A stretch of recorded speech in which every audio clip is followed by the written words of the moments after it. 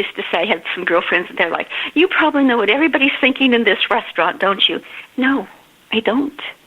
You can't get into somebody's personal space without their permission. It's like an invasion of privacy. You don't get to do that.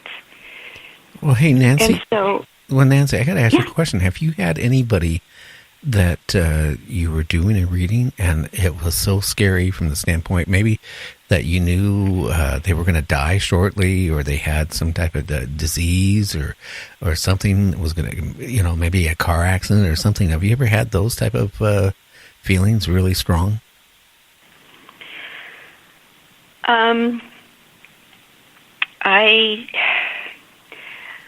I did a reading for this lady. It wasn't like that, but she was living with this man, and actually they were engaged, and she just,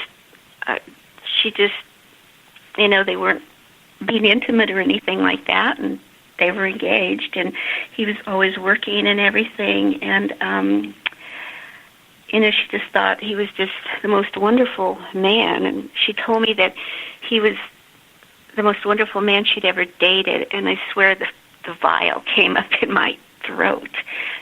And just, like I said, I'm claircognizant, so I just knew she wanted to have a baby with this man, and I saw this man picking up a child and throwing it across the room on the wall. Oh, wow. And I told her that she couldn't, and she shouldn't have a child with him, and she needed to just get out. I told her that he was, I gave her the information. He was having an affair with somebody else. And she said, he lives with his parents, and then he's with me the rest of the time. How can he possibly be having an affair? You don't know what you're talking about. And she said, where is he doing it? I mean, he can't do it. He won't do it at his parents. And I said, it's his car. And she said, well, describe the car. And it was like an older, when they're not painted, they're primed car. Primered, yeah. And she said, yeah. And she said, tell me her name. I told her the name, and she goes, oh my God, he's screwing his ex-wife. And then she asked me for the license number, and I just said, I'm not providing you with a VIN number. Spirit is trying to tell you something, and you need to pay attention. And she got up, and I was doing readings at a store at the time, so I was really embarrassed because she stood up and she started screaming and walked out and said, you don't know what the hell you're talking about, and walked out the door. And I'm sitting there, and the lady that owned the store goes, well, how did that go? And I said, well, it was really a good reading. Spirit gave her all the right answers, but she didn't want to hear them. And she said, yeah, she kind of has a reputation for doing that. But anyway, it was really nice. Well, later, the owner called me and said that she had come back into the store, and for some reason she just thought about what I told her, and she was telling her girlfriend, and her girlfriend said, I really believe that they can give you answers. She said, you should have a background. Oh, and I had told her that he was involved in some sort of illegal activity, and I didn't know what it was, but it involved money. I didn't know if he had robbed a bank. I didn't know, I didn't know what it was. But so she said that her girlfriend said for $14 or something, you can do a background investigation on him. So she did. And, she found out everything was true. And so she called him. He was supposed to be seeing his therapist, and she said, hey, hon, are you at the therapist? And he said, yeah. And she said, well, are you already in there? And he said, yes, I'm getting ready to walk in the door. He said, I'll call you back when I'm done. And he said, why? And she goes, because I'm sitting in the parking lot and your car isn't here. And he hung up on her. Oh, wow. Well, and you actually gave her real good advice. Hopefully that was the end of it with the relationship, because undoubtedly, if it would have went any farther, she would have been in for a lot of pain and misery and all that. Mm-hmm. Yeah. Yeah. So, and one time somebody asked me, you always, not me, but psychics always give, they're always telling you something bad is going to happen. And she said, I don't like it. And I don't think that, I don't think I always tell people something bad's going to happen, and I actually have never gotten a reading that said something bad was going to happen. But I think when you watch the weather, if somebody tells you a tornado's coming your way, you don't complain. All they do is tell me bad news. I would be grateful that I had the opportunity to get my family down in the basement and try to be safe. And that's all that Spirit wants to help you and help you to, to navigate through some of these obstacles we face in life. Do you get a lot of people like Love Life, wanting, information about, like if they're going to meet the right person or how long it's going to take before they meet the right person or, things like that? Do you get those type of readings? Yeah, and I also get readings from people that have lost somebody that want to know. And I don't like to do that. I'm certified in mediumship too, but I really don't. For some reason, that's the least favorite. Yeah, I've like seen the person and been able to describe the person to them. And this young man, he just wasn't going to tell me anything because he wanted to make sure that, I was the one giving him the information. And so he had a roommate whose name was, I got Sam, but it was Samuel. And the roommate was in love with him. And he wasn't really interested in the roommate. And anyway, the roommate committed suicide. Oh, wow. That's very sad. I feel it's so sad anytime anybody, commits suicide. I mean, it's so many, I don't know. It's just, I don't know. Now, do you ever, when you do a reading, do you ever get the feelings from a loved one that's passed on or anything like that? I mean, messages or anything like that at all? Yeah, I do get messages sometimes. I mean, has anybody? I mean, do you know what the afterlife is even like at all? From getting messages from people in an afterlife. I mean, do you have any feeling what it's like when somebody passes on? I mean, is it actual heaven or is it someplace like in between or something in that nature? I'm sorry to ask you that. I just was really curious.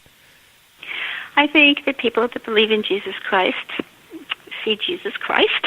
I think people that believe in other things, all paths, I think, lead to the center. And I've never had, oh, God, I can't say that. I had a reading. Well,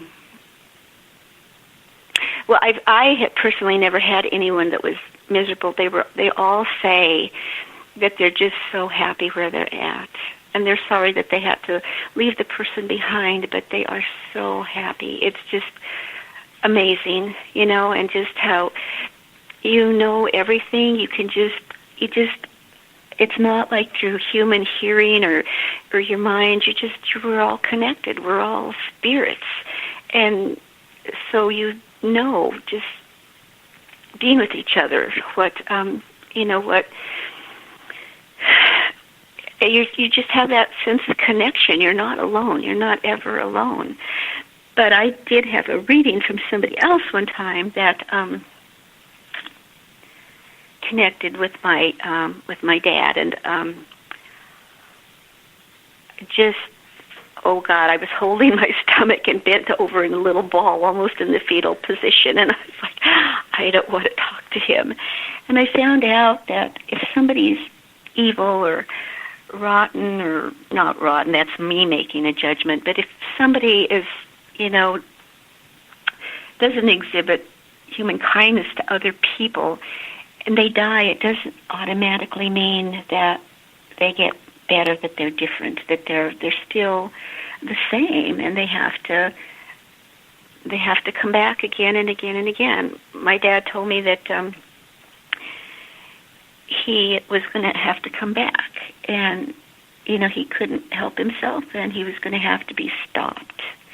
And so I think it's probably going to be a really bad experience for him. So I don't know. I believe in karma. But anyway, that's kind of sad. But yeah, we all have our choices, make our choices, I guess. Yeah, but I think some choices we really don't have. I mean, sometimes you're just in the wrong place, with the wrong type of people, and you're just there, and you because of stupidity, and something happens bad, and then next thing you know, your life has changed, not for the good, or and that happens to people too. So I mean, I don't know if that's karma or if they're going through reincarnation where they have to go through this type of thing to go, through another cycle. I don't know. This new book, because we only got, Nancy, a few minutes left. This new book you're writing, what's it roughly going to be about? I mean, you don't give the plot away, but roughly what is it going to be, pertaining to? It's going to be pretty much the same as Choices, the first book. It's just going to be like a couple of steps up. Choices is a really good book, but since I've written it, I feel like it was, kind of a primer for people that are just, just to get them to think about things. Remembering is going to be more about just like we were talking about, remembering who you really are, and it's going to have a little bit more meat. So I think it's going to be, Spirit's writing it too. So far I've only done 4 chapters, but it's flowing. It's not flowing as fast as the other one did. I've kind of been procrastinating, because there's yard work and all this other stuff to do, but it's moving right along. Okay. Now, Choices, again, you said that's available on Amazon, Barnes & Noble, whatever. And they can even actually buy it from you. Now, do you have a website or anything where people can go look at anything there or, get a hold of you? Yes, it's www.choices-nlb.com for my initials. choices-nlb.com. And if they want readings, they can get on there and find out about readings and, classes, or, they want me to do a personal presentation. I'm going to be going to Maine in July and to do a presentation. I'm really excited about it. It's been on the books for over a year and a half now. So I do a lot of personal presentations, and I, do quite a few readings too. So, boy, how's your hubby take it all in? I mean, you writing the book, and doing what you do. Was it hard for him to adjust to it, or was he, did he accept it with open arms, or was he skeptical or anything like that? No, my husband is an Aquarius, like me, and so I think the book just really made a believer out of him. He was just like, I can't believe this, and when I do presentations too, or sometimes, people want me to just do a little brief reading or something at a presentation, and he's like, I just can't believe that you can do that. It's so amazing. But he's pretty intuitive himself. I mean, and it seems to me like he's getting more and more so every day. So, he said he was coming home. He is business analyst, so he travels a lot. He was coming home one night, and he was just really tired and wanted to get home. It was late, and he was going maybe 5 over the speed limit, but not really speeding. And he said all of a sudden, in front of him, he saw himself on the side of the road that somebody had broadsided him, and he was calling me and telling me he had to go to the hospital. And he said he just instantly slammed on the brakes, and just then somebody just came barreling out of the street right in front of him, and he would have been there. Oh, wow. And so Spirit does warn you about things, but it's to help you. It's not just to be mean or to... Wow. Hey, boy, I can't believe this hour has just gone really, really fast. People, take a look and grab a copy of Choices on Amazon, or you can actually go to her website and order it from her. If you want to, I guess, a reading, you can get a hold of Nancy, and she can do a reading. Or if you want to go